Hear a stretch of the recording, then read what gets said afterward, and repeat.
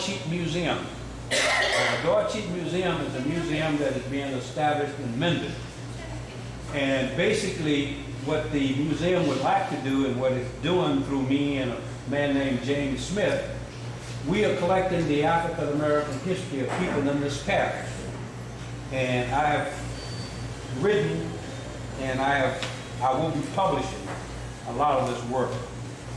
This chapter is on civil rights and desegregation, because as I read the history of your family in Mendon during the 1960s, I found that your folks played a very significant part in the integration of the schools and voter registration and a lot of the other things that brought actually civil rights and desegregation to the town of Mendon. So your history. And so what we want to do is capture that history. And we want to put it on videotape so that when future generations come to the museum, they can hear your story. They can hear what happened to you. They can hear the incidents that occurred when you went to school. And I have a picture of you, and I have a picture of also see your picture right there? That's me. That's you, right? Yeah. And then I have a picture of your brother. Elroy, where is he? Elroy, I have a picture of this young man. That's me. That's you, right? That's me. Okay, first black male graduated from Mendon High. That's right. So what I want to do today is I want to just have you relax, and I want to have you talk.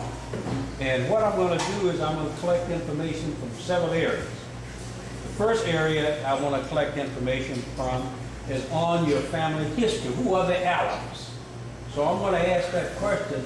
Who are the Allums? How far can you trace your history back? Where did your folks come from? Who are the oldest member of the family that you can record back to? How did they come into Mendon? Those are the kinds of things that I'd like to know about the Allums, so your history. So who would like to start first in talking about the history, okay? And I'm going to get your name. Okay, my name is Glenda Allums. Glenda Allums. Thank you. Yes, ma'am. Okay. I have been working on genealogy of the family, Yes, ma'am. and I first started at Shreveport Memorial Library, downtown Shreveport. From this, a cousin named Patsy Williams went with me to help and do with the amount of information we found out about the family. Right. Okay, first we found out that all of Daddy's siblings were on the census, and Daddy was 6 years old. What census was that? 1910, 1900? 19, no, it was higher than that. Probably 1920. Oh, you were the 20th census? Yeah, Okay. because Daddy was 6 years old. Okay, at the time. okay.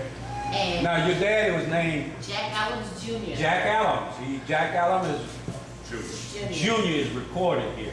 Yes. Okay, he was a member of that group that started the Christian movement group in Mendon. Exactly. He was the one, okay. All right, Exactly. okay. And through this, we went to Mendon Courthouse and we found all our great aunts and uncles Okay. information. We found great-grandpa Frank.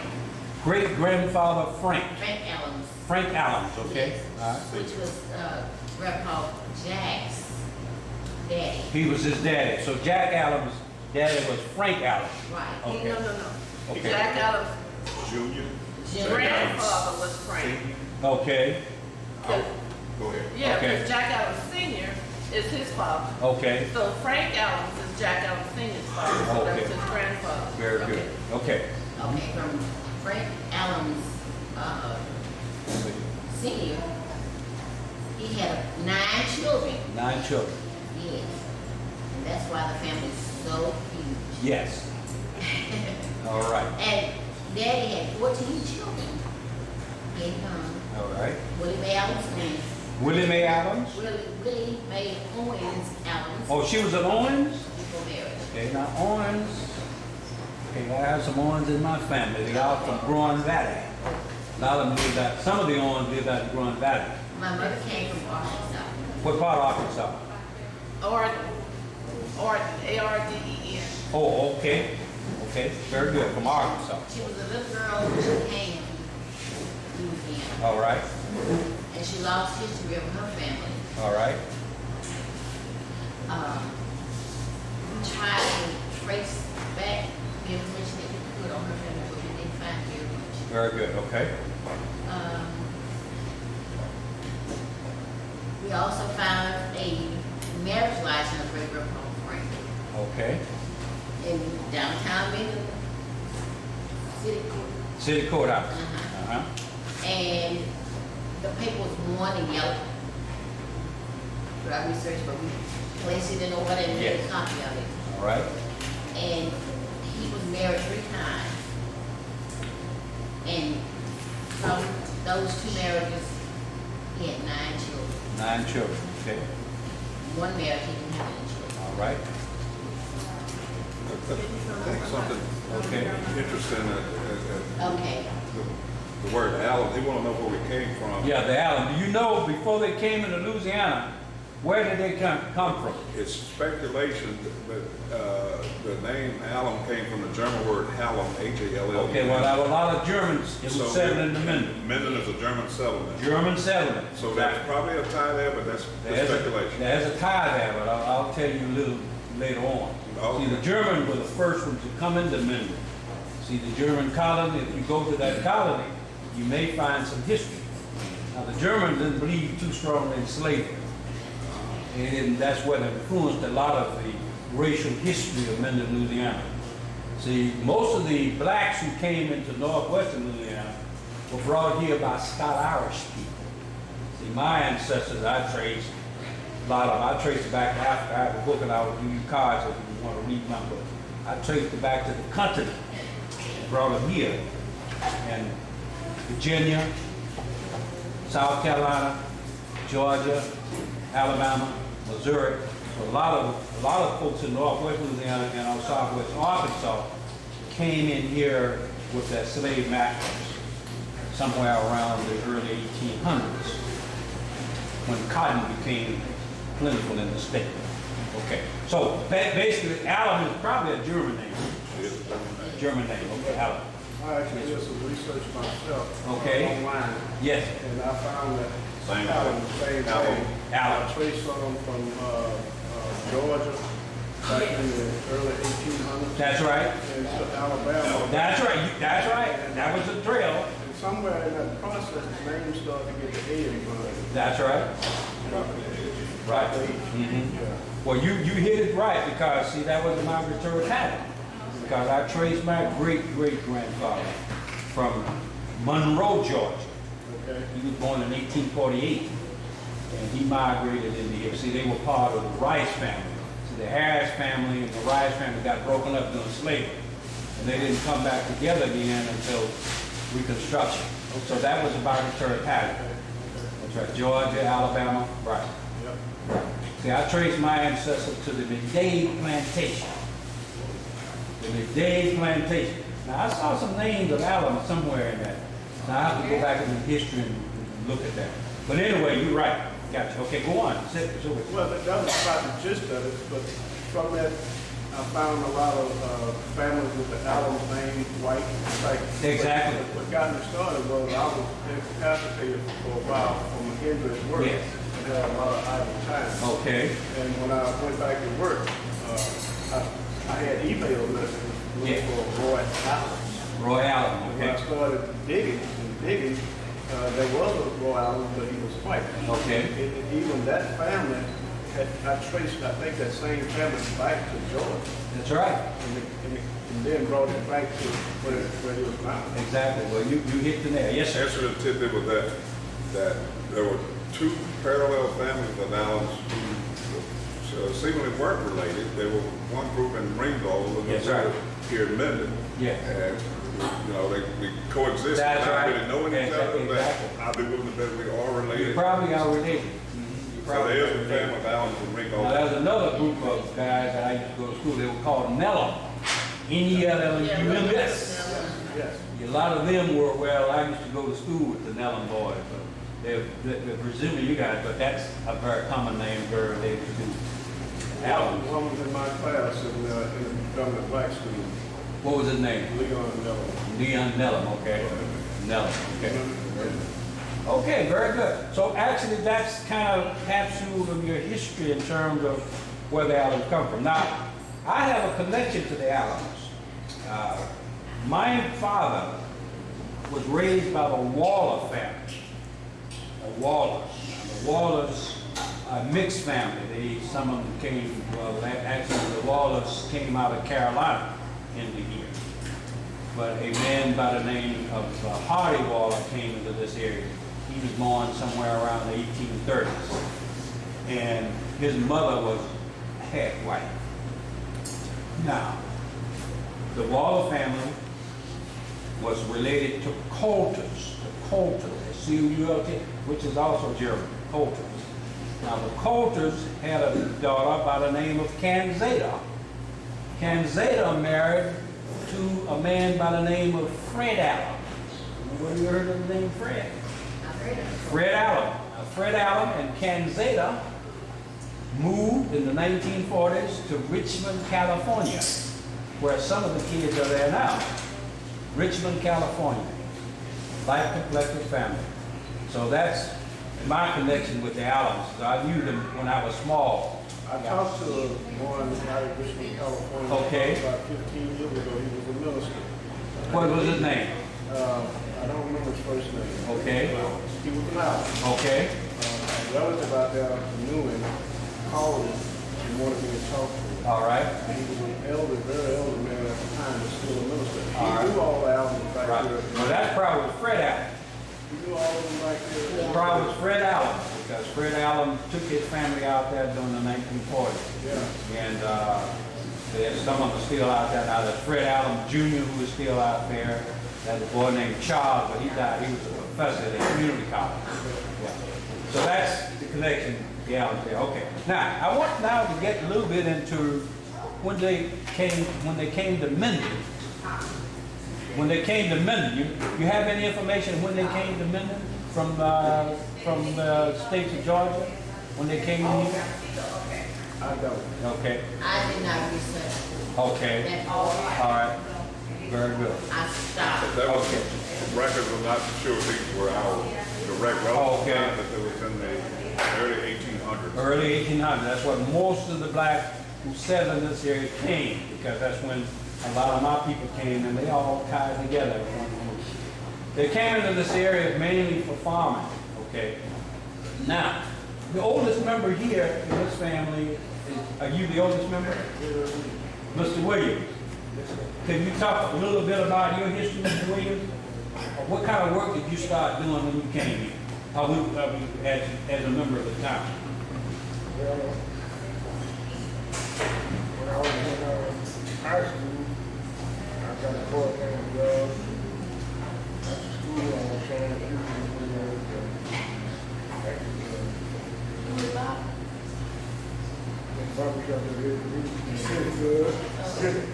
The city club? City Club. Oh, okay, okay. City Club and barber shop. There's a barber shop there, right? Okay.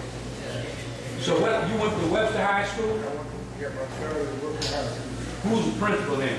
Mr. J.L. Jones was the first principal of Minden Webster High School. Yeah, I started there.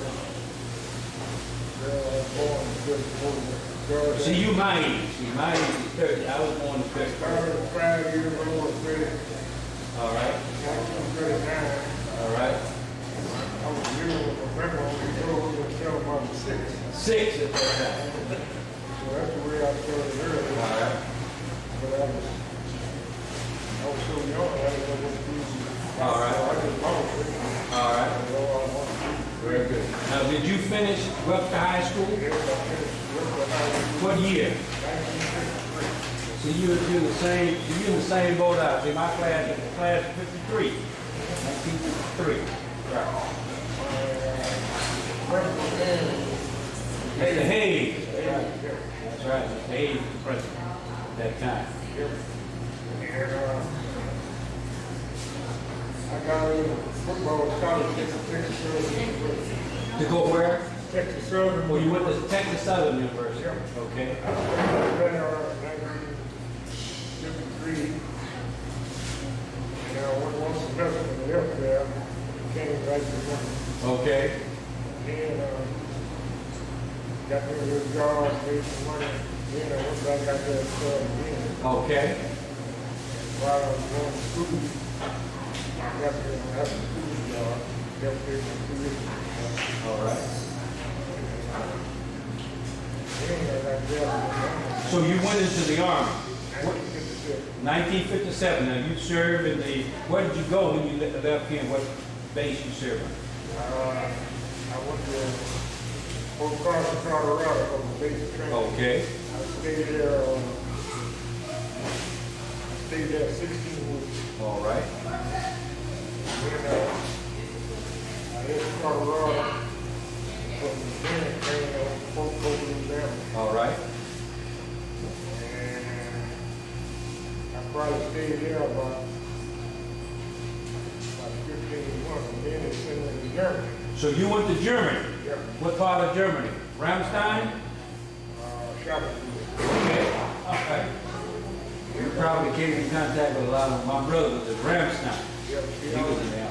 I was training as an infantry. Okay, Tankers man. So Yeah. That's into a tank company. all right, This tank company was, they had the big 103 tank. 103 Tank Company, all right, And I was the driver and I was okay, and a gun, yeah. okay, See, that tank was just like artillery. that's right, It was a support. that's right. Those were the shooting. Very mild. Sure enough. How long did you stay in the military? Well, I stayed in there 12 months. 12 months. Then I got discharged, and then after I was out 3 years, they called me back. Call you back. That's when the Berlin crisis. The Berlin crisis, okay, Okay, they got me in there. They were short of tank drivers and guns. They assigned me to the 43rd Division down there, Fort Polk, Alabama. the 43rd Division, Fort Polk, okay, We started all the training over then, get ready. yes, that's right, Fighting, things was calm down. yeah, And I got out, I stayed on the airplane. the 11 months, very good. So you served your time in the military, Yeah, I did, 2 hits. very good. God bless you. Yeah. Okay, now, I want to now move to any other member of the family who want to kind of talk about some of the history. Anybody else besides these graduated from Webster High School? Any other Webster High School graduates here? Okay, anybody else over this side? Oh, I did. Oh, Webster, what year did you graduate?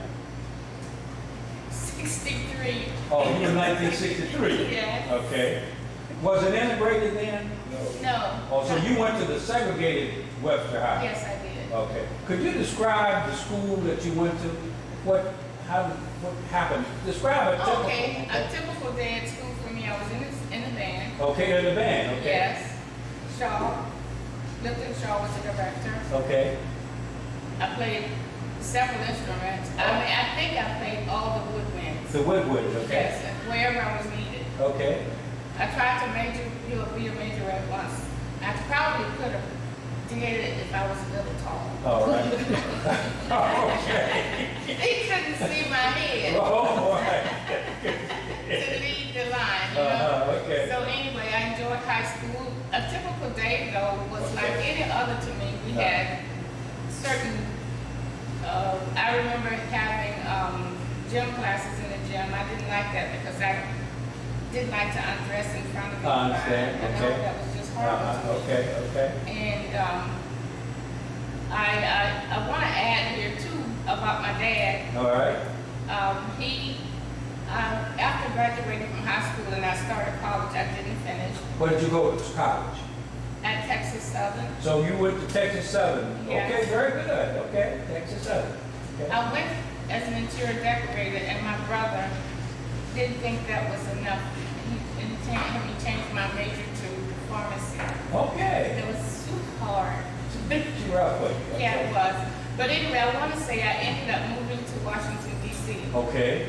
which is basically where I am now, except Oh, you in suburbs. Washington DC now? I lived in DC until 1972. Okay. Now I live in suburbs DC, Northern Virginia. Oh, okay then. That's still, you know, it's Yeah, I know where it is. I have a daughter in Bowie. Boy, is Bowie, over. Maryland. Boy, that's near my brother there. Yeah, but she's a pharmaceutical. Well, that's where I was. Okay. But anyway, Okay. Daddy came up there to lots of conventions, at least two I remember, Mhm. to enhance his ability, what he was trying to do with segregation. Yes. There. Okay. He came there several times and All right. lived with me All right. to take care of those meetings that he attended to make things happen Okay. on behalf of segregation. Very good. Well, since you introduced your daddy, Jack, Yes. could someone tell me about Jack and how he became involved with civil rights? What motivated You him? know what? It was Okay. in him. It was in him. And my Well, the mom. Allums always was fighting, as I understood. You know what? Fighting. We grew up with Daddy, Yes. with them, Yes. our parents, Okay. with a kind of wit that we didn't know what it was. It was a way of living for us. Yes, yes. I didn't realize anything about it when it was happening because it was a way of life for us. Right. I didn't feel any different from any other kids that we grew up with Gotcha. until they were being recognized that I realized they had made a difference. All right. As a child, I didn't know that was happening. Very good. What kind of work did Jack Allen do? It was, Hey, kind. Oh, he did. Well, you He know did all that- kind of work. You know that expression, jack of all trades? Jack of all They trades. came up with that because of him. Well, you had to, I mean, if you're a black man nowadays, you had to do a lot of things. See, Oh, my dad, yes. a black man had to do more than one thing. I always like to say that I honestly did not know until way up into my teens that there were professions for electricians That's and right. plumbers. I didn't know that was a profession. Yeah, I thought it was just something your daddy did, yes, that's because he right. did it all. Because they all did it. But That's right. he basically was a laborer, but, you know, in fact, the remarkable thing about both my mother and my father, I don't know the exact years, but like fourth, fifth grade education. Right. But as far as I can tell, they were the smartest people. They were. They taught us, They had mother with. and every one of us graduated from high That's school. very, very, You yes, know, ma'am. I don't know when the seed of desegregation, the seed was planted in them. Right. But I know there's some history that goes back to our grandfather. Okay. Which probably Milton and Roy could tell you more about some of the things that Grandpa Jack did. Okay. Yeah. Could you tell me about Grandpa Jack? Grandpa Jack was a man of his own means. It was told to me that, I didn't meet him, he passed away before I was born. Right, I heard minister. Okay. That he had a public job for half a day in his life. And the way that the public job was being run, he didn't want to deal with it. So he was a self-made. Self-made man. Self-made man, and he, one of the men back in those days when black people got in trouble, he dealt with white people. Aha, there was always someone in the community who could do that. He dealt with So he was that go-between. He was actually dealt with the sheriff department Yes, and stood up to him. Stood up to Backed him. him down. yeah, he didn't back down. How about that man, he kept get out of town, you know this story? In the trunk of his car. Yeah, somebody, I don't know the whole story, but somebody that. Somebody got in trouble? Yeah, and my grandfather put him in the back trunk of one of them cars back in the 40s. Yes. He got him out of town. Through the barricades and the. See, that's what you had to do. When you got in trouble, they had to get you out of town quickly. Being mobbed, but they That's carried, right. he carried him out of town Yeah. in the back trunk of both cars. Oh, It wasn't much of a trunk, but he That's got, right. he got this man out Uh-huh. from being mobbed. Yes. But I don't know the whole Okay. story. Okay. But he had, I was also told he had some kind of insurance thing going on, had an income in addition to the farm. So he was kind of collecting insurance? Yes, something. That was a man named John Green, remember my That's our first step. John Green. It's our first step. John, see, I'm from, well, actually, my grandmother, her name was Caroline Lee, but she married a Green. And her brother-in-law was John Green, sold insurance. That's good, that's good. John Green was a member of this group. Yeah. Cut John and my dad were first cousin. Oh, is that so? That's right. John Green. As a matter of fact, you'll find out in your history there was Cousin John that it was a part of following that initial lawsuit to He was. integrate the schools. He was. Yes. John Green. Yes. Yeah, I remember John Green very vividly. He's a great man to me. Yeah. Okay, tell me a little bit about your mother, Willie Mae. I've read her name here as a member of the group. Tell me a little bit about her. Mother and dad was two that pulled together. Yes. And they were talking over whatever they were gonna do. Yes. And there's a couple of things that they wanted. Yes. They wanted good grades, Good grades. and you go to school. You go to school. And if your conduct was bad, you were disciplined Yes. for it, because they figured you couldn't learn nothing. That's about right. it. That's right. Because during the time that it was possibly two schools or three schools that done the PTA, Yes. when they had PTA meeting, That's right. Dad would go to one and she would go to the other one. So they were civically involved in your upbringing. They watched you through school. Yeah. Yeah. There were times when they were both, Daddy was president at one school and Mama was president at another. I recall that between the three schools, they covered all three of them. They covered all three schools. Yes. Okay. Right. Okay, tell me about how they became involved in the voter registration movement. Can someone tell that story?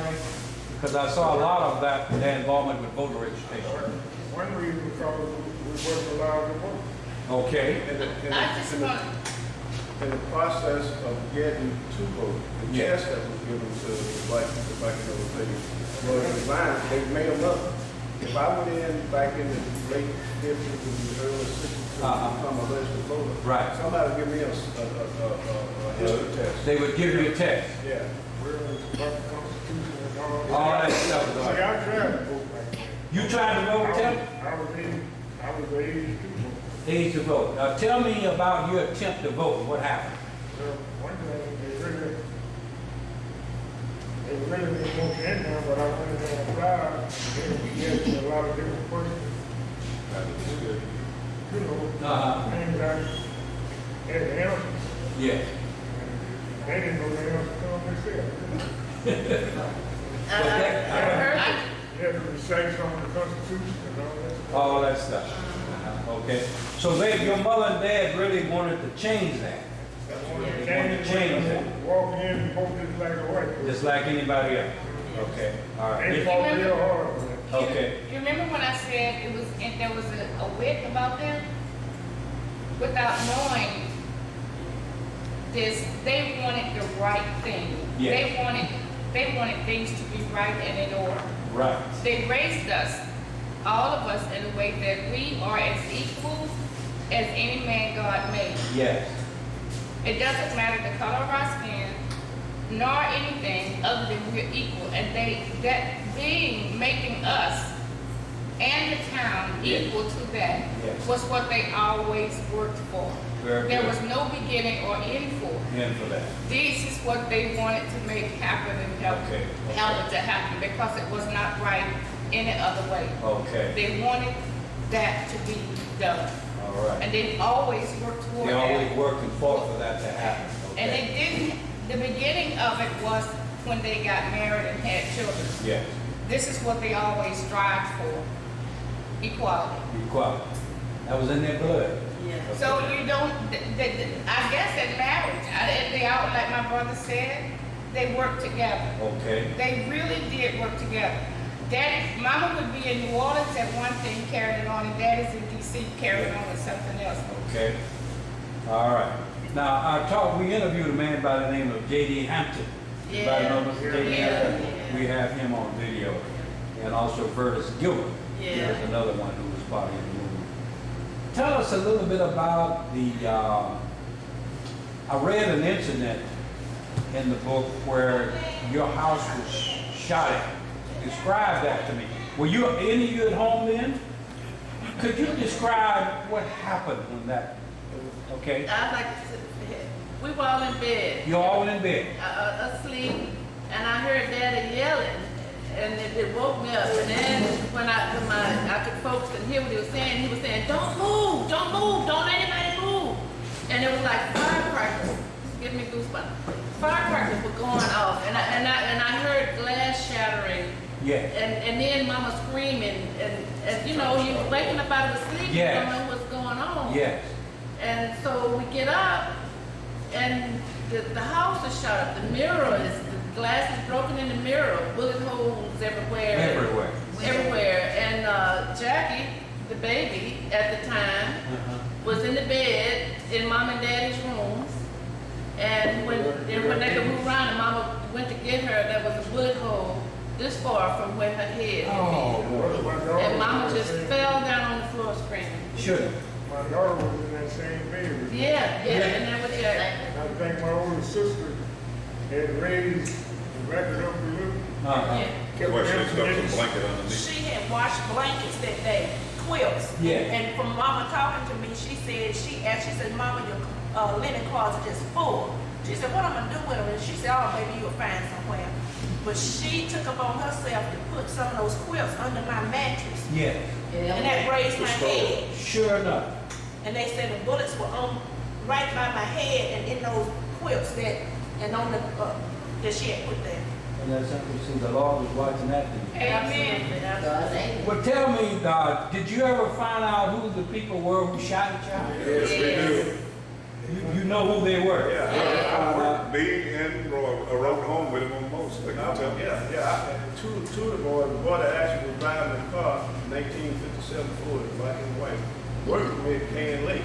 I worked at K and Lee. So they knew you personally? I'm the one who integrated them in high school, Yeah. the first one. And it happened that summer after graduation. Some out of graduation. Right. Did you report these people to the police? They called. Oh, the police caught them? There's actually 2 episodes of the shooting. The next shooting was like a month or so later. FBI. And the FBI at that point had become involved from the first incident and then going into the second incident. And then shortly after the second incident, they So they got, but the night of the shooting, when all the commotion was going on, when I realized it was shooting, I had got a weapon out of the gun rack yeah. and was making sure it was loaded. And by the time I got to the back door, my mother was in it. I was looking at the car. I was ready to stop it. And when she got in that door and braced herself in that door, and I went to push out. Sure enough. But I saw the car. And I knew who it was. So you knew exactly who the guys were who came? At daylight, went got and rolled around when the boy lived to make sure that was the car. The second shooting, I was up there. You the second, so there were 2 shootings this year? I come 2 up there shootings? again, Uh-huh. and Daddy started standing with the London song. Yeah. They was a And defense they for came, justice. see, you come through there, they saw the guy running around. Yeah. So they know they was coming back. They figured they was the one going to shoot. Sure enough. Sure enough, when they come back shooting, when Daddy had brought my work, he wasn't shooting me, Yeah. a whole thing down on it. I guess that was a good thing to help. Sure enough. He wouldn't kill him. You was killed? Okay. Now, what did they do to these people once they were captured? One was military. They only got 30 days? I was in the military, but I heard my mom. You were in the military? I was in the military I went in the military in '66. Uh-huh. And I didn't get out to '68, and I didn't come back out to field. Right. But what my mother told me that they didn't get that much time. Well, she kept intact with the young man. She said a couple of them got killed in Vietnam. Is that Yeah, and one got like 30 days on the penal form or something. And I remember, and I wrote about this somewhere. Uh-huh. But we went to the trial. The mama let us go. Yes. And I could not believe when that defense attorney got up there and said that sending this boy to jail would just ruin his life. How old were those young men? You know? They were younger than me. Late teens. They were They were in the teens? They were, one was 1 year younger than me. Okay. 18. But one was a military, in the military. Oh. One boy was in the military. He got foot muscle. I don't know if y'all aware. You got a good one? Mama told me that she kept up with him, said one after they didn't do nothing with him, then one did go to Vietnam, and he got wasted in Vietnam. Well, did they ever come back to apologize to you? Yes, Can sir. I add something Yes, you may. along this line of Okay. the justice in those days? All right. One thing about it, the Royal should remember this, the only car that my mama scrambled together $250 for, it wasn't all that good working shape, it was the only car we had. And I remember you and Dad were going somewhere downtown and this white man ran the stop sign and hit the car. Back in those days, insurance wasn't required. Yeah. But if you had it, it was supposed to pay up. Well, that was about to happen, and somehow this guy got a lawyer and was able to sue us Sue you. For on running the fact that, yes, I ran the stop sign, but they didn't do enough to avoid me. That is true. You don't. Yeah, I remember the car parked in the yard because it couldn't go no more. I remember the accident. Yeah, but he came back later and sued and said, I ran the stop sign, but they didn't do enough. They didn't do enough to stop it. Okay, yes. That made me think about one of the questions they used to ask when you went in the book. Yeah. This was in Ted magazine. All right. Ask one guy how many votes were on the How many balls in the box? That made it, That was on the test. just Yeah. qualified for vote. Right. Well, in 1964, all that, the Civil Rights, and Voting Rights Acts was knocked all that out. So actually, your family was highly involved in the voting rights movement. Now, I understand you brought James Foreman here. I saw a picture of him. Yes. James came in. Now, tell me about what did James do, Foreman? We used to have rallies all the time at the 14th District Building Yes. or at one of the churches, but usually at the District Building. And then they would plan activities, demonstration activities, marches, picket lines, Okay. all of those kinds of things. And at one of those times when they were planning a big march was when James Foreman Came to town. Came, Okay, very good. Yeah. Okay, now I'd like to kind of move into the school integration movement now. I'd like for you to talk about your experience. What happened? What happened the first day of school? Can we back up a little? Okay, back up a little further. So why did you want to go?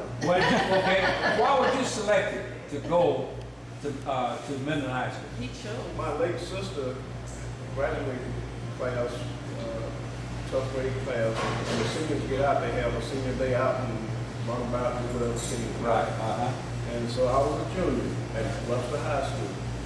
So she came to me and said that her class wanted to go out and do something. They wanted to go out to Candy Lake. I don't know if you're familiar with Candy Lake. I know where Candy Lake is. Back in those days, they had cabins, it's unlike, That's like right. what we do tonight, except the lake is the same. Right. And so J.C. Simon managed the lake. I worked there in the summertime, cutting grass, picking up trash, and doing this and that. So I knew the lake like the back of my hand. All right. And so she said her class wanted to go to the lake. I said, okay. So I told Mr. Simon, I said, Mr. Simon, my sister's class want to come over here to the lake and have that senior day. Oh, that's a good idea. You know, so he thought it was fine. He didn't have no problem with the fight. He gave me the keys to the little John boats and the little paddle boats and made available free sodas and stuff for the kids if they wanted. Okay. So we went, there's two lakes, the upper lake and the lower lake. Yes. So I went to the upper lake, just boating around, having a good seniors day, and there were some juniors that went skip school. So when the juniors skipped school, Mr. Hayes, W. Leon Hayes, said, where are these students? So they sent the faculty out to look for the students. Somehow they wound up at Caney Lake.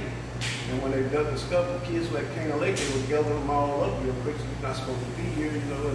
And the juniors got punished a little bit.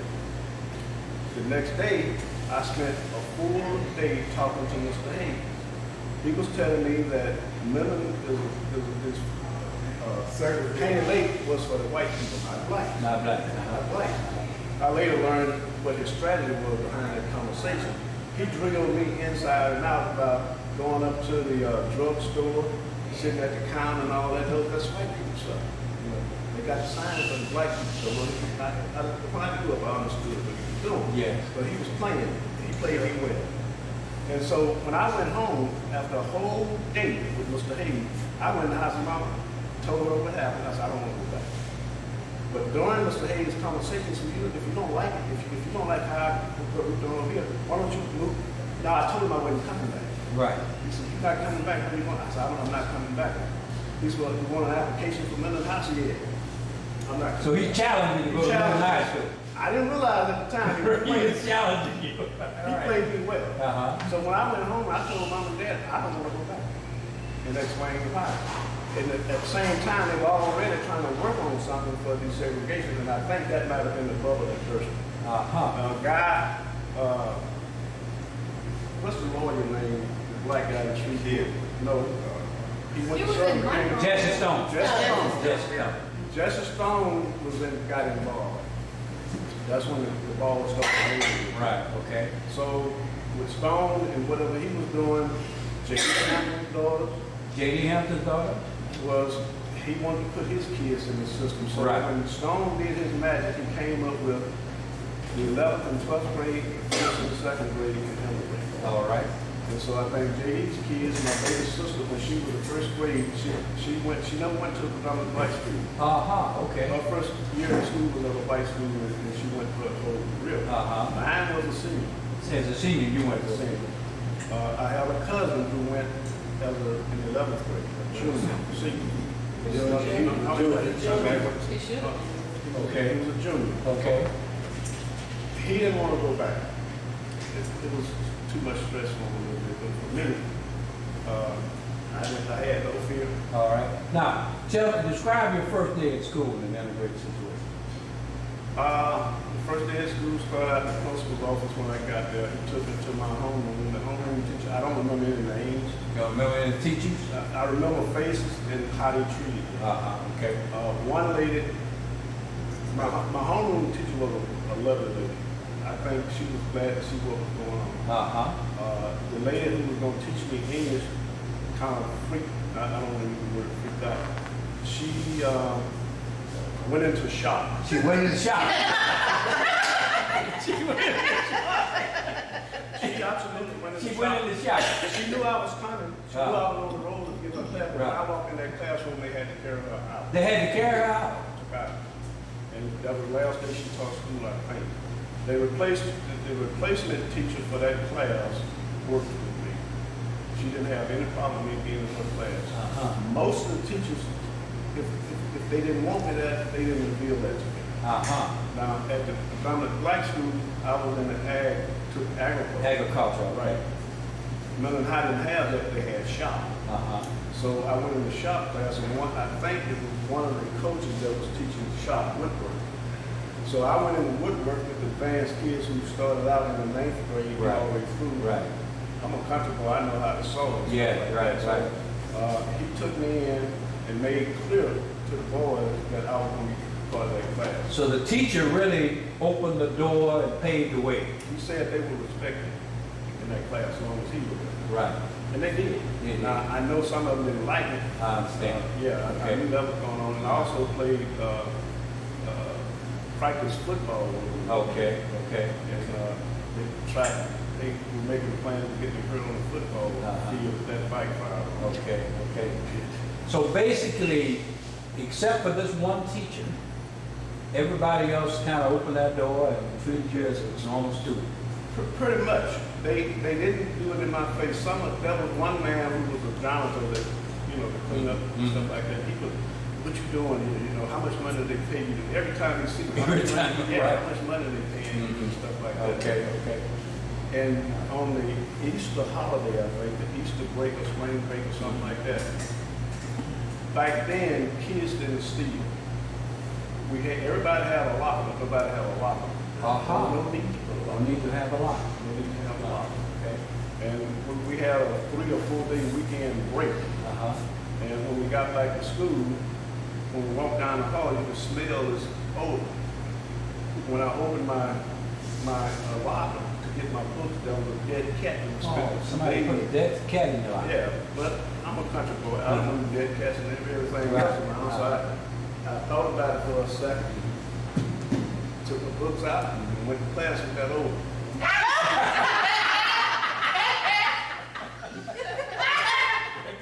I took it to class. I left Took the the cat class, in the locker. right.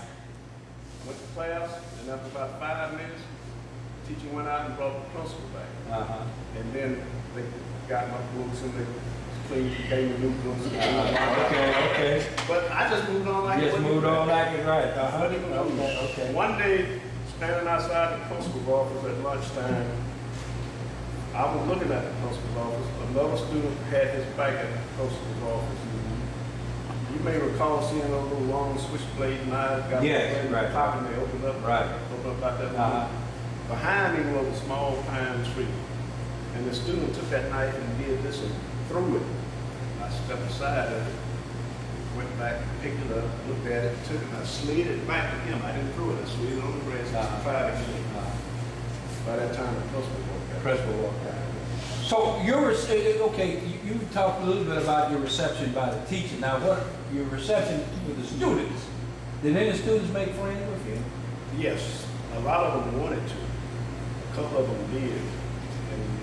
But most, after I left, a lot of them told me that they wanted to. Right. But most of them just kind of stood back. And watched. Okay. I think, and I don't want to get this guy and his family into trouble, but there was one, Allen Cleans with Alan Wade. Oh, Alan Wade Cleaners, that's Yeah. in Bendon now. his son was in my class. Okay. And he was standing by me. He didn't say a whole lot. Right. Now, I don't know if he was standing by me to be close enough to hit me or what, but he stood there. But he was there. A guy who taught auto mechanics at the trip. Now, at the same time, I integrated schools. Right. Public school. Right. There was a trade school in Minnesota. We integrated that too. And my brother was in that. You've been there before. When you in that class? Or Yeah, I went that night. Same. Two nights a week class. Yes, 2 nights a week class. We did that. Okay. I think J.D. Hampton was in that same. J.D. Hampton was in that He class. was in that class. Gilbert was in that class, wasn't he? Verse Gilbert? Wasn't he there? I think so. Okay. But at any rate, It was 6 of us. 6 of them. the guy teaching that And I was class, type of class. Okay. the guy that was teaching that class, I never felt like I was right or right in his class. I think every student in that class, he was trying to teach. Sure enough. Right off the bat, if I He did the recall. job he was supposed to do. He was doing his job. Right. So when it became time to graduate, when they lined the students up at graduation, they had boy, girl, till they got to me and they had 3 boys over here and 3 boys over here, and then went back boy, girl, boy, girl. And of course, somebody called the radio station and stuff. Right, and said right. they were shooting. Yeah. You know, if I walk out there on the field, but the FBI had done that a little better. But to make that story a little shorter, the guy that taught the mechanic school, trade school, the night of graduation, he came up to me and he said, I didn't know you were the guy that was in the he didn't realize I was the same one in the class with his daughter. Sure enough. He said, what we did was illegal. It was illegal for you to be a regular full-time student at the regular school and come to training. Come to trade At night. At night. He said it was illegal for you to do that. Sure enough. Hey, bro. Did they suspend the phone and use regularly?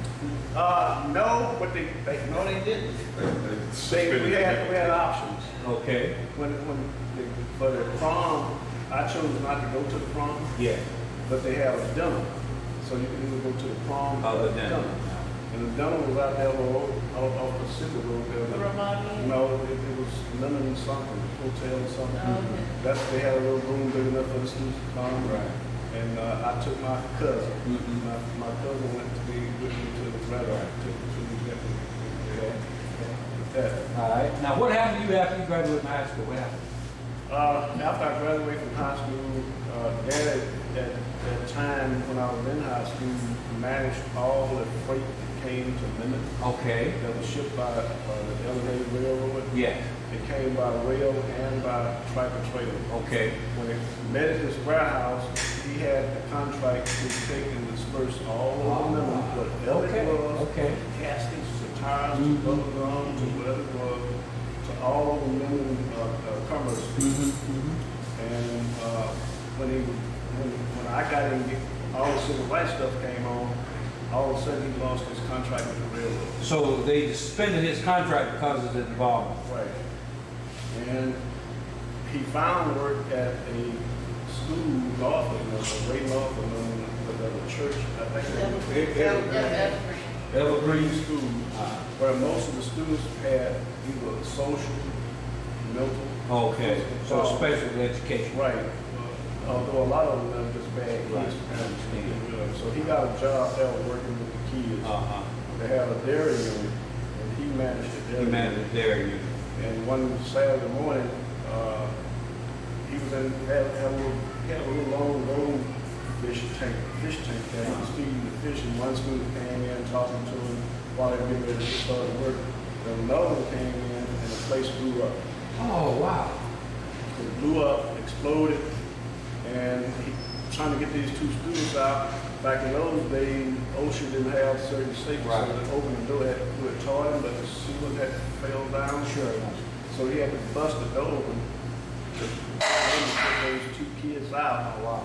And the dairy unit was placed about a quarter mile from the main compound, making a little brother. And so when he got these kids to the truck, and the other boys screaming and hollering, he got the two brothers in the truck to drive them back to the main compound. At the same time, they heard the explosion, they saw it, they got on the phone. So he had to take his hand, his fingers like this, he told him to turn the key because the skin had come His off. skin that got burned. And he got the kids down to the main unit, ambulance showed up and rushed them to London Hospital facility. And of course they called us, and my mother, oldest brother, took me and my mother, rushed us to the hospital. They had just taken him in a helicopter. Just so happened the family adopted one of his specialists is dermatology. Yeah. So he had that, and he was just starting to cut his clothes off, and I was helping him, and had to cut his ring off or something. And he called Memphis Hospital in Houston, I think, and got a team of specialists to come out. And one of those specialists was a psychologist, a psychiatrist, and the other burn specialist. And what they did in front of me is hypnotize him with all the pain. Sure enough. Oh, boy. His clothes were still. Sure enough. Wow. And I stayed with him for the first 2 or 3 days before he went home. And when the dust started to settle, because in those days, any black that went to London Hospital had to stay on the basement floor. In the basement. Yeah. They couldn't go up on those. They couldn't go up on the other level. So, because of the nature of his injuries, they had a wing going this way with rooms and another one going that way with rooms. At this end, what they put him in, there was no more patients down there for a while, so my cousin got a leg broke and they put her down. So he was down there, and the FBI had undercover people. Oh. And so they were quizzing everybody who wanted to come in that part of the hospital. So they had to protect him in the hospital. They were protected. And how long did he stay there? That really was an investigation, ongoing investigation. There was something already ongoing. Did they find out who caused that explosion? Yeah, they had some, LP gas was supposed to have that smell. That deodorant in it to make it smell. Yeah. Because he could detect it. But they had ordered a non-detected LP gas and had it up there, they had put it in there. It was smelling. It was setup. So it seemed like it was intentional. So they were really trying to kill your dad? Yes. That's not the first time they shot at him just walking down the street. They shot him in walking down the street. Shot at him. The dad was. He never stopped until Judge Bowman's time. So leading to what I did after high school, after his injuries, I was supposed to go to college. But after his Milton was gone, so I said, I'll stay. I'm not going to go. Sure enough. And he had a truck. So I might be the first person in Louisiana to get chauffeur license at 16 years old. They got me so I could drive the truck on a hardship. Okay. No lawyer talked to the somebody at the state, and in fact, I'm not sure if he even took the test. Sure enough. But I was driving the trucks anyway. And so I stayed home to do what I can to be the lowest kid around. Right. And stayed out a year Okay. in school doing this and that. And that following year, school started in the end of August, around the 1st of October. Mama called me in the house and told me to clean up. We had to go see Mr. Hayes. Going back to Mr. Hayes. Sure. So we went to see Mr. Hayes. Daddy too. Went to see Mr. Hayes.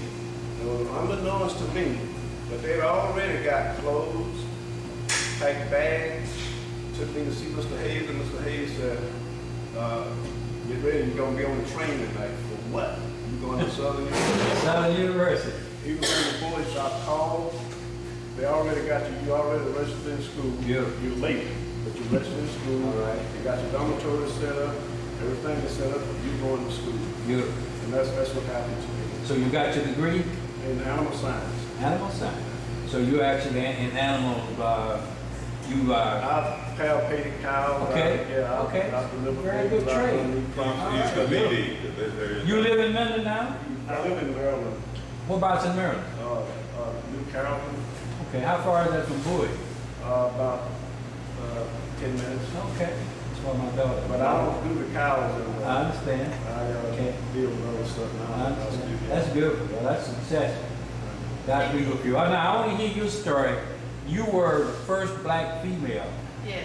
Okay, tell me what happened to you. Describe what Okay. he described. All right. Well, I was starting right after Daddy was in that explosion in August, Mhm. and it was maybe 3 weeks later that I was started.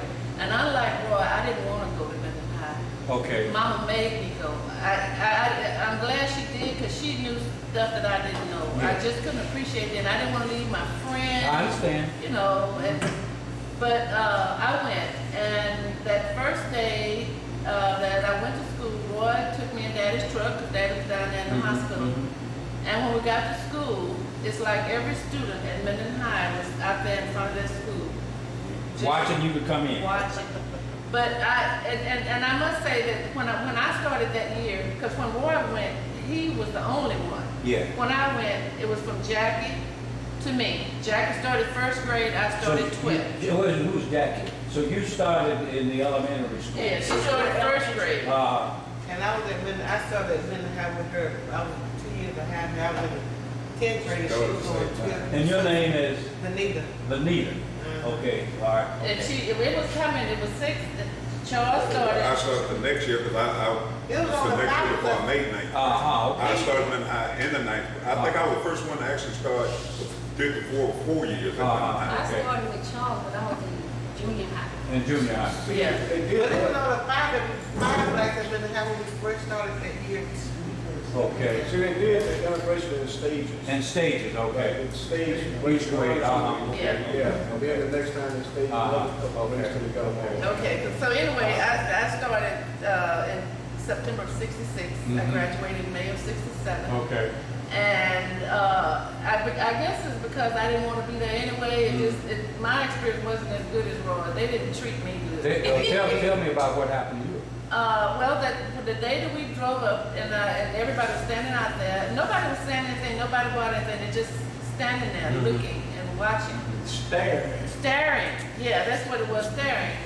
And bless my mama's heart, she was just an angel to help me be able to endure this because it was, I wasn't a straight A student, Charles was a straight A student. I was almost a straight A student. What was that? A few L's or a few B's? I could have been. Right, okay. But when I get over there, they were working against me. Okay, describe your teacher now. Did you have any teachers who were, like, he had one who just faded out? Did you Well, have anybody like that? No, I I'll tell you an incident when I got to school one day, and this was in a civics class. I don't know how I ended up taking civics as a senior because that's usually a freshman. But anyway, I walk into the classroom and all of the chairs had been moved around, the window, the walls, and only my chair was sitting out there in the middle of the floor. And the teacher, Miss Spitzfatten. Miss who? Spitzfatten. Fitzpatrick. Won't get that on tape. Well, no, we want it on there. I want it on. I want the name. If you're not gonna edit anything, I'm just Was sitting at her desk. She was sitting at her desk, and she saw what these kids had done, and she didn't do anything about it. And I'm a child. Right. I just went and I just sat down at my desk and took out my book and just sat there, and class went on. And another incident. And I was taking physics. I took physics. Okay. I was the only female in the physics class. And I was taking that because I'm going to major in math when I go to college. Gotcha. Okay. And I go into the classroom, and it's just like everybody in there had taken all the paper they had and balled it up and put it all over my desk, in the desk, all around it. And they're sitting there like they hadn't done anything. And again, Mr. Sibley was sitting at his desk and hadn't done anything. And you know, I had to put up with stuff like that. And another time, I was taking PE. Yeah, I was in the band, but I didn't have any problems in the band. You did that rebel flag? When you came out there to go do that rebel flag? Oh, with the Louisiana? No, with the band, there was something about they were gonna play the song and do a rebel flag. Okay, I remember that. well, we'll come back to that one. All But this one was in PE. And every 6 weeks we did a different thing. And this 6 week it was going to be first aid and CPR. She said, everybody pair off with somebody. Well, nobody's going to pair off with me. And there was one girl left, and she looked over at me and just started screaming and crying. It was awful. It was awful for me, for the rest of the students, for that girl. And she had to cancel teaching that. We did something. We went and took tennis over that tennis court down there from the school. We did not take first aid and CPR because of that. And I had a teacher, and I'm not gonna call her name out loud because I know she's still out there. But she would do this thing, come here and tell me I'm giving a pop test. Well, she would do that all the time. Now, if I had done my work, was prepared, it didn't count. We're not gonna count this one. But when she threw one out there and got me on it, she'd record that one. But see, and that happened to me when Charles came on. He had that same teacher. That didn't work for him because he got it whether he was prepared or not. Oh yeah, he corrected her key sheet, her answer. It must be Miss Boyette. Miss Boyette, you still around? Yeah, she's still around. She's still around. But anyway, and the students, they didn't treat me good. It was some that respected me. Right. But it was just so much cruelty. It was my experience was not good. But I appreciate it. I'm so glad that mom and dad had the forethought. Well, you had the support at home because I imagine it impacted you mentally. Oh, and that's when mama was just such an angel because she's the one that taught me that can't nobody take nothing from your head. That's right. And from your heart. I didn't understand that. But she would tell me, I would go there crying and whining about something, and she would explain that to me, and it would give me the courage to go back another day. And the only time she ever let me miss school was when she got a tutor for me. Sure enough. And I had left my textbook at the tutor's house. And I did not want to go to school without that book. And she let me stay home. Yeah, but there was some good things that came out of it. Right. But overall, it was not. What position did you graduate in from your class? What were you at in the ranking?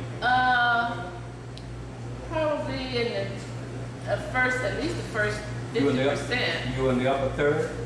Upper third. You were upper half? Definitely upper half. Now, where were you in your class? No, I was at the bottom. But I got the certificate. Okay. No, I'm not sure. I wasn't at the bottom. I was way up the line. I was closer to the bottom than the top. But I tell you this, if I had graduated from Webster High School, I would have been valedictorian. Valedictorian. Yes. Now, you went to the same school, right? Right. You went to Mendon. I went to Mendon. I started in the 9th grade. Okay. And if I could just kind of paint a picture, things were happening just the way they were supposed to. It was tougher. For them, they paved the way. The second year, there were several things happening. The people's mindset is changing, but also the number of people, the whole attitude is changing. So by the time I got there, the most obvious things, you didn't see it. You could feel it, and it was happening, but I hadn't seen it. It was more than hiding and letting it go. Okay. In other words, the boys may have taunted me when my back was turned, but none of them, I never had it. In fact, the funniest thing that happened to me when I first signed up for football in the 9th grade, I'd always wanted to play, and of course I was the only black on the football team. And the funny, I'm going to say funny now, it wasn't funny then, but I can remember getting in on the tackle, but I was pretty low in the pile. And you wouldn't believe the number of pinches and bites and yeah. I mean, they were tearing me up on that. But it did something else. It made me, after that, it made me one of the best tackles on the team because I learned the skill that I was able to make tackles and get up before everybody else get there. So I ended up with a lot of solo tackles for that very reason. But like I said, things were changing a lot. It had a few teachers that since they were going above and beyond the teaching responsibilities, being hard on you, but that was also challenging too for me. It just being this boy anyway gonna get the best of me, and that's. But can you describe any of your good teachers? I mean, teachers who just went out for you. Miss. Baskerville? I was going to say Miss Baskerville, but Miss Baskerville was right on my last leg by the end. But she did. She was an older lady and even shake when she walked around, old big lady. She had me set up by her desk and you know, kind of took me out of her way. There were a couple of teachers. You know, to be honest with you, I didn't have no love lost with any of them when it was all said and done. I mean, the one guy that I thought I was going on pretty good with had experience with, a lot of experiences we had at that point was the close, we had to be bused from way out in the country. And it was me and Shirley, a couple of our cousins, and by the time we all got on there, it was maybe 10 of us, I guess. And for a while, we just took, just to have something to laugh at, we would all take one seat apiece. And so that meant there was 20, 30 students standing up. And it got so bad that the bus driver, he knew us all personally. Y'all please, just for me. Y'all sit together, something like that. But, but like I said, the things had gotten better. And like I said, the more I'm challenged, the more I'm rise to the occasion. Well, I'm going to try to close it down. Anybody on this end Well, you want to have talk? to close it, just take a little. I'm going to do that, okay. Well, I won't close it, man. Anybody on this end want to contribute something that started in school after that group, after the pioneers? I want to say something about kind of in line with what Dee was talking about when all the kids. And your name is? Wilbur. Wilbur Allen? Yeah, Wilbur Allen. Okay. I started in the integration school system in the 4th grade. In the 4th grade. And I had an incident happen to me when we were in class. We were seated by alphabetical. So I was in front. And we got ready to take the classroom picture, which they were going to take a panoramic view of the whole class. The teacher got everybody to get up and turn their chairs around and put me in the back. Oh, wow. Do you have anything to contribute? No, I came behind Charles and he paid me for it. He paid you away? All right. You know what, they mess with me, I tell them I call my brother. Oh, your brother. Yeah, Okay, when I went to Mendon High, was me and Cora daughters. She was 11th grade, I was 12th grade, I was 10th grade. All right. And it was terrible. I mean, you got all respect. Did nobody get near you, touch you, or anything. You sat at the table at lunchtime by yourself. You was last on shoulders like for PE, like you said. Would nobody sit near you so you could come off and pay? So you really were on your own. You didn't get into the, you didn't know. And then too, the experience that we had, they were so far in advancement in their teaching abilities that we were used to. Right. And so that we would have to work for it. I had to take geometry over again because I had flunked it. But everything I earned what I got, so it was rough. Well, let me ask you the last question. I ask you. Well, how would you compare the Webster School with the Minden School in terms of the teachers, competence? I can make one quick comment. You do that? The thing that I saw that they said, what's the term? Fair and equal, whatever. Equality. The equal school thing. If I can keep you separate but equal. Yeah. Separate but equal. Well, I can tell you they were not equal in any means. In other words, when I get to Minden High, there's a swimming pool, and at Webster there was even a different pool. Other than the physical facilities, I'm talking about the quality of teaching. See, I'm a teacher. The quality of teachers and what you got out of the teaching at Webster versus Minden. I'd like to say, I think that I had a wonderful foundation, education foundation. Though every teacher that I had, I mattered. All right. And mom and dad being so present, Right. you had to stay on the straight and narrow. Right.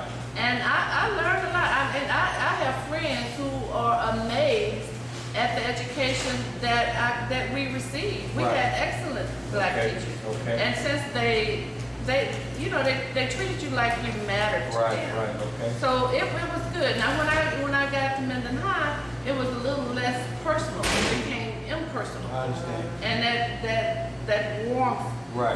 that guiding hand Okay. was no longer there. No longer you, there. You were on your own. On your own. But I did get something good from Minden High though. Okay. Because I had not, being encouraged to read on my own. I understand. You know, just pick up a book and read it. Because we had to do a lot of reading at Minden High. Okay. And that Okay. got me going, Okay. and I had not had that. Okay. But that's the only thing that I could see that would have been different. Yeah, okay. Because that didn't get me started on that reading is something that I still do to this day. Okay. I'm gonna go down the line and get everybody's name and record it on this tape. Starting with you. I'm Glenda Allums. Allums, okay. I graduated from Webster in 1958. 1958. I started first grade at age 5. Okay. And this is I attended Grambling State University. Gremlin, okay. Prairie View A&M, Okay. and other universities. And what's your profession now? Retired teacher. Retired teacher, okay. My name is Cora Allums Ledette, and I'm a 1967 graduate of Minden High School, 1971 graduate of Grambling State University, and with further studies at the University of St. Thomas in Houston, Okay. and Houston Community College. Okay. And you are, My profession? yes. I'm a business owner. I have been doing my own thing since 1985. Okay, what business are you in? Office and temporary services. Okay. Yes. Very good. Yes. I'm Roy Allums, graduated from Minden High School in 1966 at Southern University, class of LSU and the University of Wisconsin in Madison. And I started out doing research. I'm dubbed the first person in the world to look at building machine design and apparatus from a Couch perspective. Now I work in telecommunications, master communication systems on the Council of Representatives. Right. I manage a lot of emergency preparedness stuff. Okay. For the military? For the government. I deal with the military. Okay. I about it one of the bases last week. Very good. Excellent. Yes. I graduated from Minden High in 1971, and I was trying to put a number on it just to class 5 myself. I think I was number 10 out of a class of 165. Okay. And then I graduated from Southern University in mathematics in 1975. Okay. And I took a job in the oil industry for 31 years. All right. What's your name? I don't know Big Daddy's name. You live in I live in Baton Baton Rouge. You live in Baton Rouge, okay. Yes, sir. Yes, I'm Jerry Williams. I graduated from Webster Parish in 1953 and graduated from Texas Southern in 1969. Since I had to work my way, it took me a half a year. I understand. All that stuff. All right. What was your final profession? What was it? Well, I was primary worker for 22 years. Oh, okay, very good. Yes. Milton Allums graduated from Webster in 1961 and retired from where I ministered heavy equipment mechanic. Okay. Jackie Allums, I graduated from Linden High in 1979. It's coming up my 30 years. Okay. And I accounting coordinator at Diamond Jacks Casino. Oh, so you're in Shreveport here? Okay. My name is Judy Allums McGee. I graduated from Webster High in 1963 and started a career with the federal government, the Office of Personnel Management. Used to be the Civil Service Commission. I retired there after a 30-year career, and I've been retired. Can't tell you how many years, but I'm retired and on that job. But now I do several little things around that keeps a little spinning change in my pocket for travel. All right. You live in that? I live in Northern Virginia. Northern Virginia. Okay. Yes. Shirley Allums Cleveland. I graduated from Midland High in 1973. I graduated from Louisiana Tech in 1976. And I'm retired from AT&T. And what profession you in? I'm retired AT&T. Oh, AT&T, in the telecommunication. Okay. Yes, sir. Yeah, I was Wilford Allums, and I graduated from Midland High in 1975 and graduated from Louisiana Tech in 1979. And I stay in Channelview, Texas, right out of Houston. And I've been working at an oil refinery for the last 29 years. Very good. I'm Benita Allums Family. I graduated from Midland High in 1969. This is my 40th year reunion. Jackie's 30th and my baby's 10th. And I attended Birmingham State University, Southern University, Shreveport, and I was an extra teacher. Very good. So all of you are very successful. I want to thank you for your time, and this will be in the Doherty Museum. You're going to, we're going to have an opening of the African American exhibits in the museum. I want you to visit the museum and see your work there. And I want to thank my friend Phil Demeline, who does my videotape. I want to give you a copy of, this is my work. I'll give you a copy of my book. I wrote Alex Haley was my mentor at Michigan, graduate of the University of Michigan. And this is my book. And pass it along to members of your family. You can read it. It tells the history of really Webster Parish when I was born. I'm his age, 75. I was a community college president. Seattle, Detroit, Miami, Omaha, Nebraska. So I'm an educator also. So I'm going to leave these if any other members of your family want to get a comment. Thank you very much. What Okay. university did you teach at? Well, I was a community college president, Oh, okay. but I graduated from the University of Michigan, in Ann Arbor, Michigan. And where do we get communication on the museum? You come to the museum. He's gonna develop this, and we're gonna put this on. She's gonna have it on one of those DVDs. We'll have a DVD on this, and you can get a copy of the DVD. The Doherty Museum is on Pearl Street, right in front of the post office.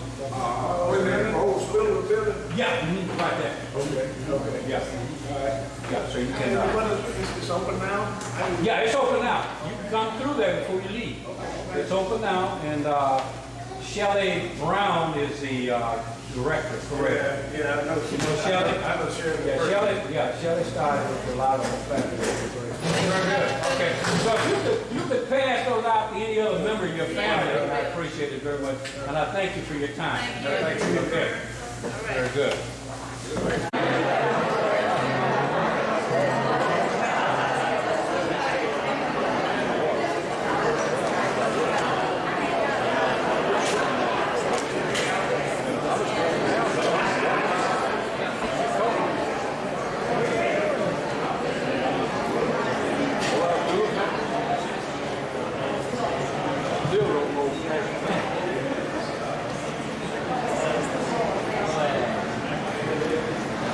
I want to welcome all of you tonight. We've got a good crowd. I know it's a little warm in here, but we're trying to accommodate you with some fans, and it's 106 degrees outside, so I think we're doing pretty good in here for as hot as it is outside. If you would, please turn your cell phones off. We do record this, and we try not to have cell phones ringing in the middle of it. I also want to remind you that the museum will be open tonight for about 30 minutes after we finish drawing for our door prize. So if you would like to go see the progress, and we have made some progress since last month, especially with our plantation and Civil War era exhibits, be sure and go over there and check that out real quick, especially the ones that have never been to the museum, for sure go over there because it's really something to see. We've got some projects in the works, and I hope we can have some volunteers, and I hope we can have some participants. But November 6th and 7th, we're doing a remembrance of the Depression era. And when Patty Odom told me about this, and Chris Broussard, I tried to figure out a way for us to raise money by doing it the old way, like they used to during the Depression. And what came to mind was the dance marathons that they used to have. And so we will be having a dance marathon at the Civic Center. And they forced me to have age group divisions. So we may even do a rocking chair division. I don't know. And I'm in for that. But it won't be quite 24 hours, but there's another event taking place Saturday night, so we have to cut it off a little short. But we're going to have it where age groups from 13 to 110 can come and dance, and you have a chance to win $1,000. So we hope that all of you will participate and at least dance for a little while. And we're hoping that a lot of the renovation will be finished at the Civic Center before this, because they're getting ready to install some big screen monitors. And if they do that, we're going to play a 1930s movie that I found that has a lot of the old footage of the old marathons that they used to do. And I don't think we're going to be as brutal and as harsh on y'all as they are at least, because these people, they're just dragging them around. They just fall over and they drag them off and kick them off to the side. But I think those used to last for months at a time, so we're not going to do that. I also want to remind you that our next speaker coming up, I know you don't want to miss this one, and is he not even here? He's not even here. I can't talk about it when he's here. But Carlton Prosbro will be our next speaker, and you'll be getting your card in the mail, and he's going to be telling tales out of school. So, and I'm going to do a special raffle that night that Carlton doesn't know about. We're going to be raffling off dinner with Carlton, and Carlton's got to pay for it. We may have to help him out. But we're going to be raffling off like a lunch or a dinner with Carlton, and that's always a treat to go eat with Carlton and hear some fine jokes. But anyway, just want to remind you of all those things. Cell phone, I told you that. Go to the museum. Don't miss next month. I also got last month's speaker, John Andrews Williamson. I got that DVD over there for $10. Also, our cookbooks. The third cookbook will be in within the next 2 weeks. So you want to be sure to get one of those. I looked at it when the proof came in. It's going to be our best one yet. And it's make great Christmas gifts, so you'll be able to buy early this year. And now Thad's going to push me off the stage. Well, thank you, Shelley. You did another good job, and obviously there's not much more to say.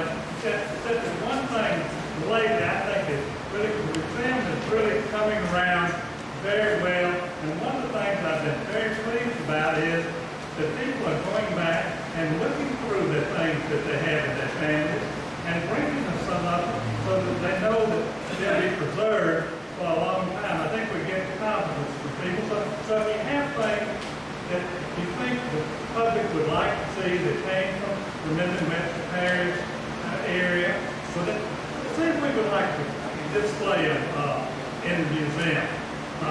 Of course, Shelley didn't ask about money, but we always want to have more money. That's always, we have to keep operating. That's very important. So if any of y'all would like to make a large contribution, a small contribution, but give it to Shelley real fast.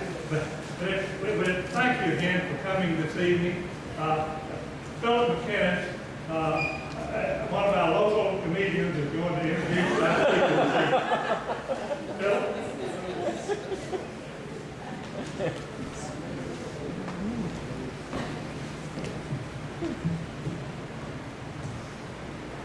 Thank you, Thad. The first thing I'd like to say to Shelley is I believe you'd clear more money on that Pro deal if you auction off the right to not ever have to have lunch with Carlton. I personally would be willing to bid a pretty high number on that.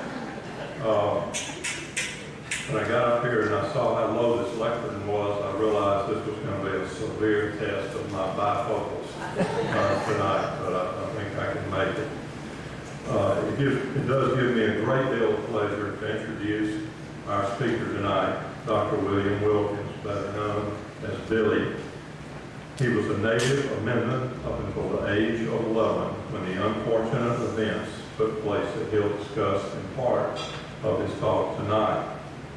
He subsequently moved to Shreveport to join his father and attended Crestwell Elementary School and Byrd High School. He graduated from Byrd in 1938 at the age of 16 and then enrolled at Louisiana State University.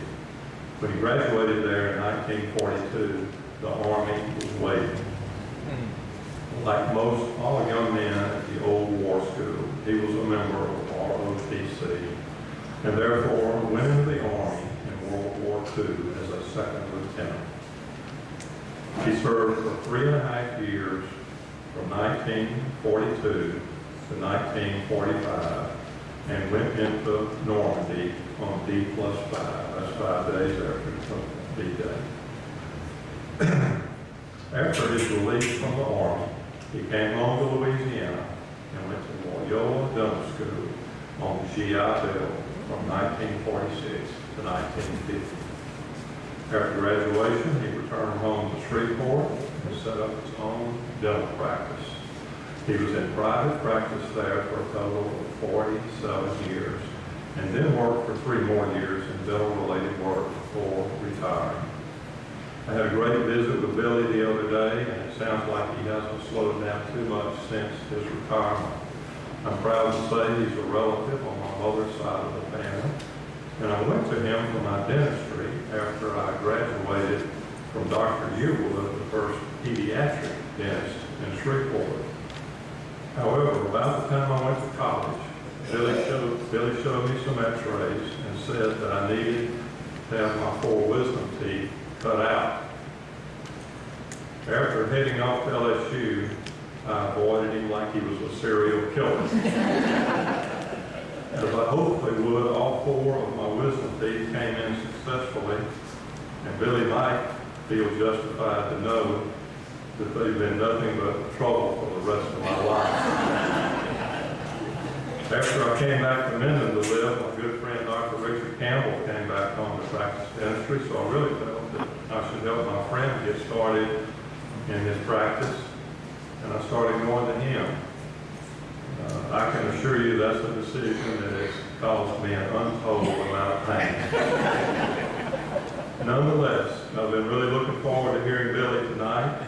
In addition to his recollection of the tornado, I think he also plans to talk about what it was like for a young boy to grow up in Minden in those days. Please join me in welcoming Dr. William Wilkins.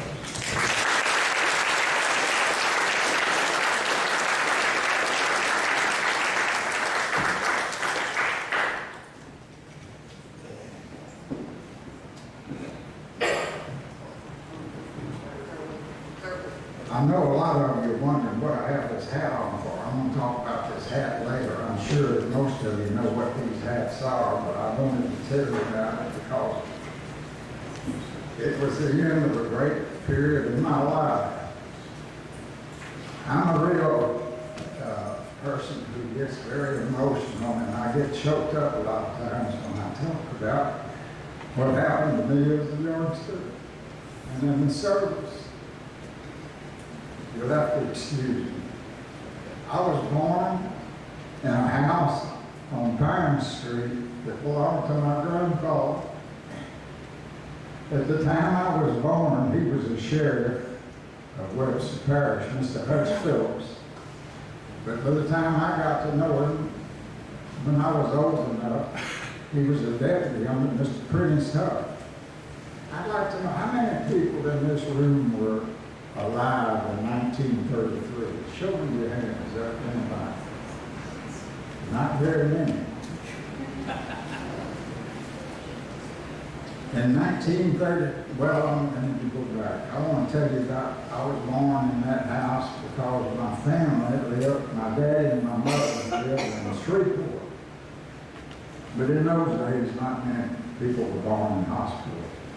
So when my mother's time came to deliver, she came back to London and went to her father's house, and I was born there.